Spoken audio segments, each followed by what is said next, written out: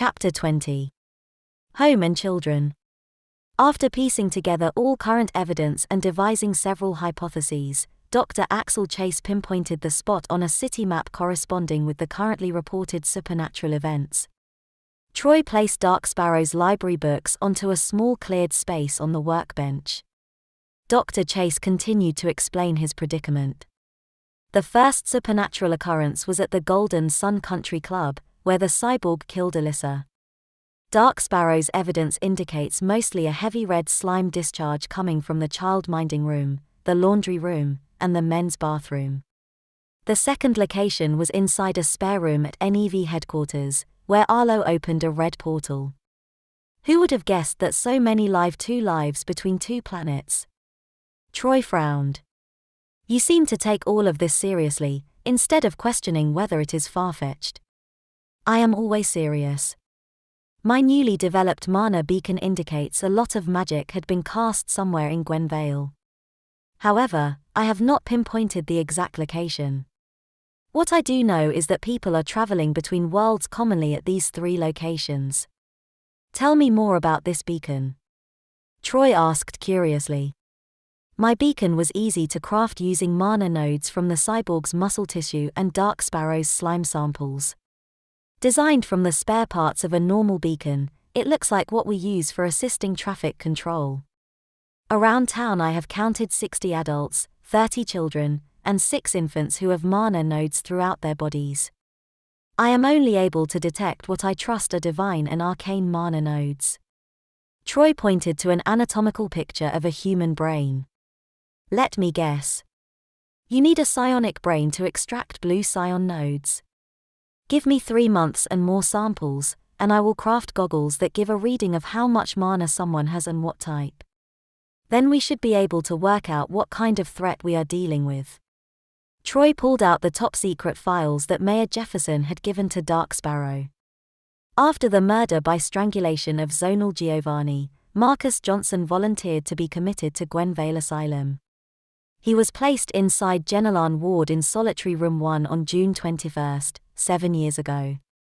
Hope Johnson has been missing ever since Child Protective Services placed him into foster care. Since August 8, both foster parents have been missing. They have yet to be found.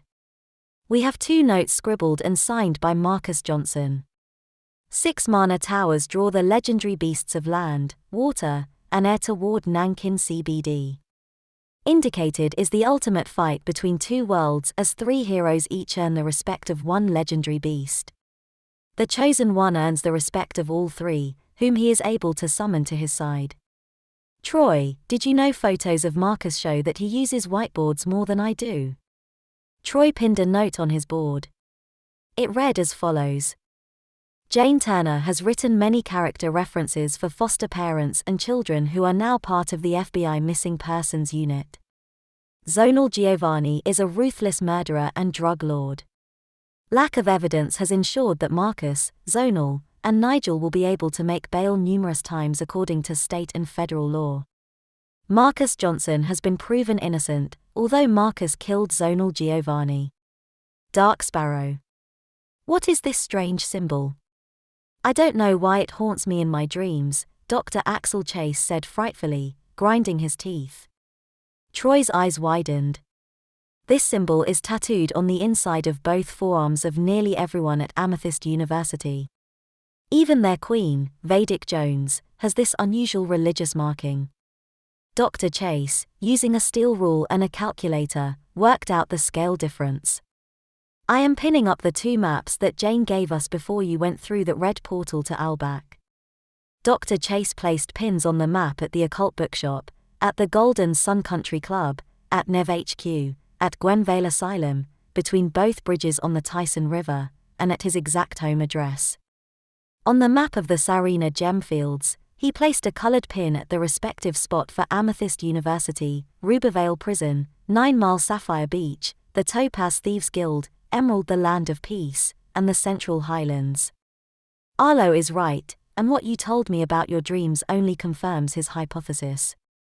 Alien immigration from planet Siona will disrupt Earth's natural environmental balance. Is it that 2 worlds will become one or 3 worlds will become one? Planet Siona's magma would send Gwenvale straight to hell, killing 20,000 innocent people. We need to create a mass panic and evacuate the city before midnight tonight, Troy explained anxiously. Most of Nankin City was evacuated last night. This symbol, according to photographic evidence of Marcus Johnson's house, is a mandala. The mandala requires 5 mana towers of precise size and a 6th mana tower more concentrated in the center, a diamond, to be exact. Handing Troy a small emergency bag, Dr. Chase said, "Troy, here is the miniature electrical magnetic pulse generator. Something big like a god is coming. And if the purpose of mana towers is to replenish mana nodes, then a god can cast infinite spells, resulting in a hopeless fight. An infinite loop of slow time is a possibility, or perhaps magic can swallow the entire city whole." Dr. Chase leaned over a workbench, stuttering. "Stop right there, Mr. Axel.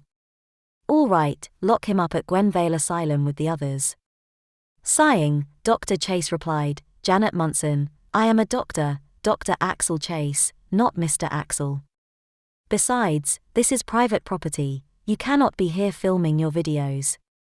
Dr. Alexander Saldek pointed. "Open up your autopsy tables and show Ms. Munson what you have."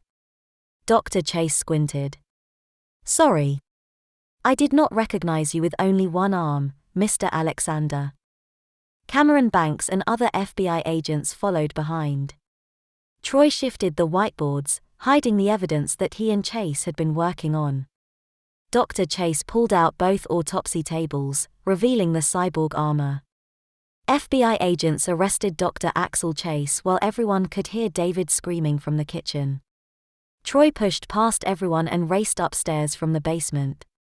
He watched as the FBI put David, Anna Chase, Scott Chase, and Grandpa Mervyn into separate vehicles.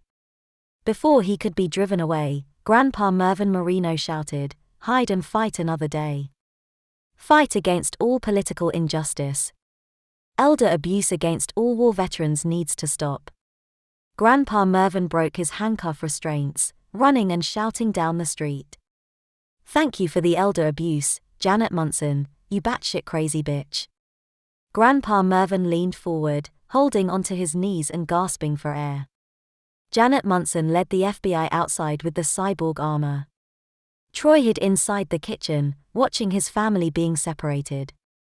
Meanwhile, from across the street, inside the abandoned warehouse, Jane Turner sat back, noticing Troy crying helplessly. "Breaking news to all my followers. Dr. Axel Chase has been exposed as the cyborg. Dr. Alexander Saldek, can you please explain how you were able to solve this mystery? I offer my services to help Nankin City.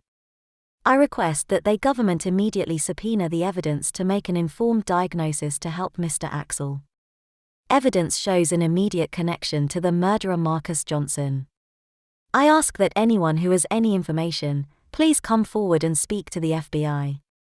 Dr. Saldek walked away as Janet Munson closed her report.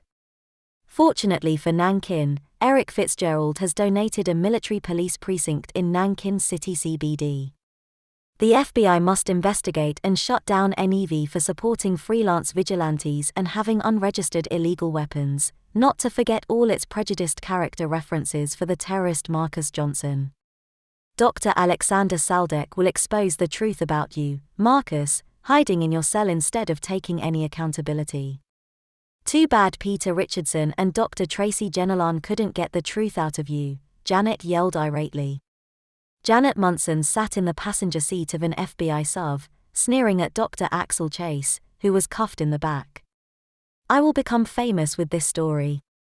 I'll have more patrons donating to my vlogs than you."